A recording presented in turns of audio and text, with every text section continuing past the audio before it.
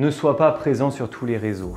Alors salut à toi, c'est Joanne Eguillet, designer graphique et multimédia. Et après les 4 vidéos de la série de parcours professionnel, maintenant je reviens pour booster ta productivité.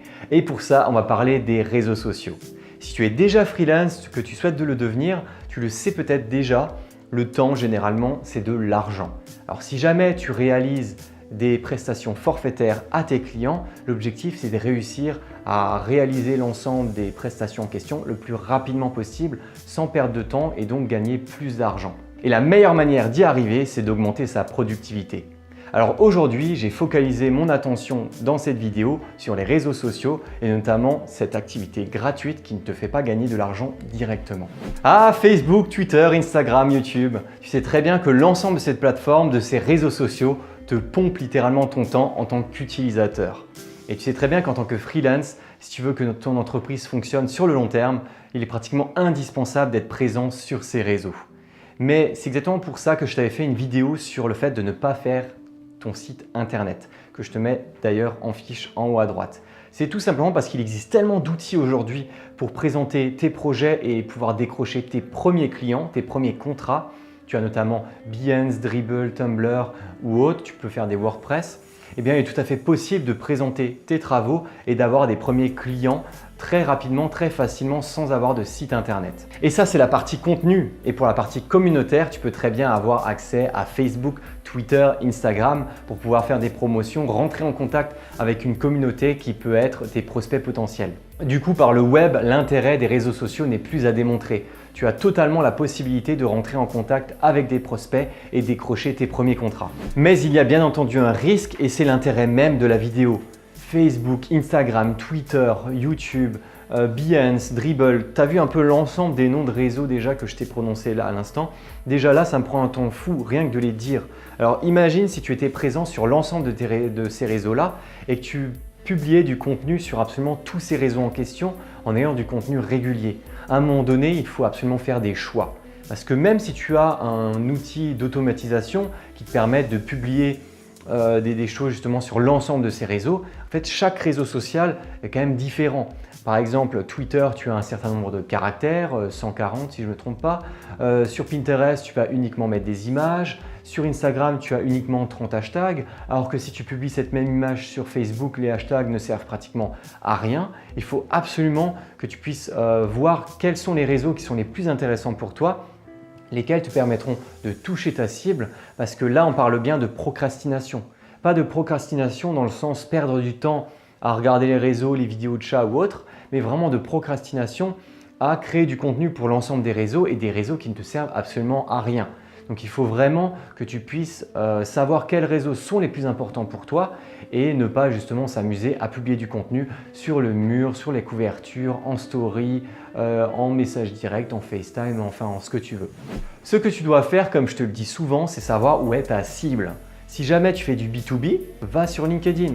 Si tu veux montrer tes travaux, tu vas sur Behance, Dribbble, Instagram. Si jamais tu veux avoir un aspect communautaire, va sur Twitter ou Facebook. En tout cas, il faut vraiment que tu ailles sur ces différentes plateformes, ces différents réseaux en fonction de l'intérêt que tu peux avoir par rapport au public qui est spécifique à chaque plateforme. Un exemple tout bête, c'est Snapchat. Si jamais tu travailles dans le domaine des seniors, il n'y a absolument aucun intérêt que tu perdes de l'énergie à publier sur cette plateforme puisque c'est essentiellement des jeunes de 15-25 ans qui sont là-dessus. Donc ta cible ne sera absolument pas là-bas. Il faut vraiment que tu fasses une sorte d'ordre de priorité des réseaux que tu souhaites utiliser, savoir lesquels sont les plus importants pour toi. Par exemple, si je prends la chronique pour toi freelance, moi clairement j'ai des listes de priorités. Ma priorité numéro 1, c'est l'utilisation d'Instagram où justement j'interagis avec la communauté, avec les gens qui me suivent. Je sais que c'est là-bas qu'il y a le plus de freelance et le plus de créatifs. Donc c'est ici que je vais rentrer en contact avec les gens, que ce soit à l'écrit, en message direct, avec les commentaires sur les images, sur ce que je partage. Ensuite vient YouTube où justement là tu me regardes en ce moment même, où il y a les commentaires qui peuvent être justement un aspect important pour entrer en contact et avoir des échanges.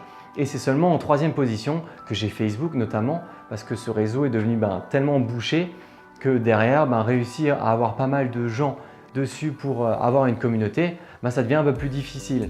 Il faut vraiment partir du principe que Peut-être que sur Facebook, il y a plus de gens que sur d'autres réseaux, mais peut-être que tu auras plus d'énergie à fournir pour rentrer en contact avec eux sur ce réseau en question.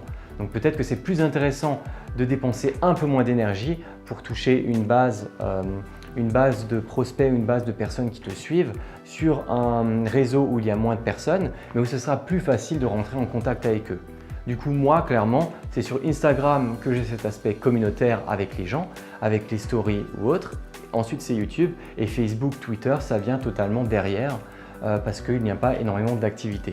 Après, c'est comme toujours, tu peux très bien faire des tests, te dire que tu vas sur Twitter pendant 6 mois, Facebook également pendant 6 mois. Pendant ces 6 mois-là, tu as pris tant et tant d'heures par semaine pour la gestion des réseaux sociaux et au bout de ces fameux 6 mois de test, tu te dis, bah tiens, combien j'ai réussi à avoir de prospects ou de personnes qui m'ont suivi sur ces fameux 6 mois sur les deux réseaux. Bah, peut-être que l'un était plus intéressant que l'autre et du coup, peut-être que tu vas axer le temps que tu avais alloué pendant cette semaine-là, pendant l'ensemble de tes semaines, peut-être que tu vas allouer ce temps sur un seul des réseaux sociaux. Ça te permettra notamment d'économiser du temps et de gagner en productivité sur la gestion de tes réseaux sociaux. Donc voilà, en tout cas, comme l'a indiqué le titre de la vidéo, ne sois pas présent sur tous les réseaux, puisqu'au final, ça ne servira à rien d'être sur 10 réseaux différents si jamais l'un est plus performant ou moins performant que l'autre.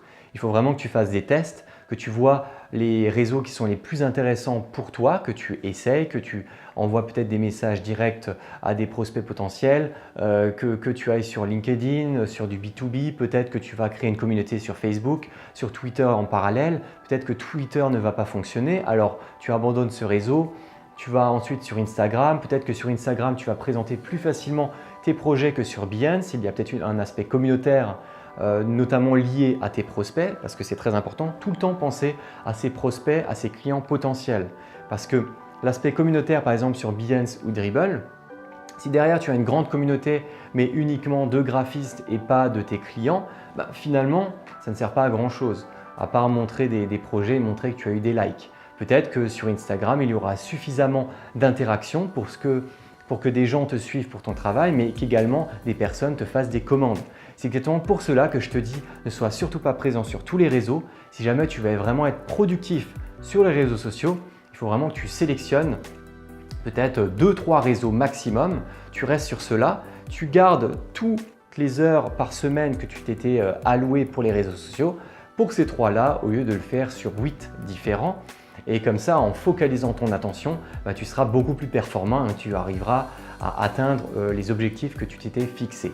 Donc voilà, en tout cas, j'espère que cette vidéo t'a plu. N'hésite pas à laisser un like, un commentaire et à t'abonner à la chaîne si jamais ça t'a plu. N'hésite pas également à le partager si tu as des proches qui sont également freelance, étudiants ou qui souhaitent devenir freelance. Moi, je te dis en tout cas à très bientôt pour un nouveau sujet pour toi freelance.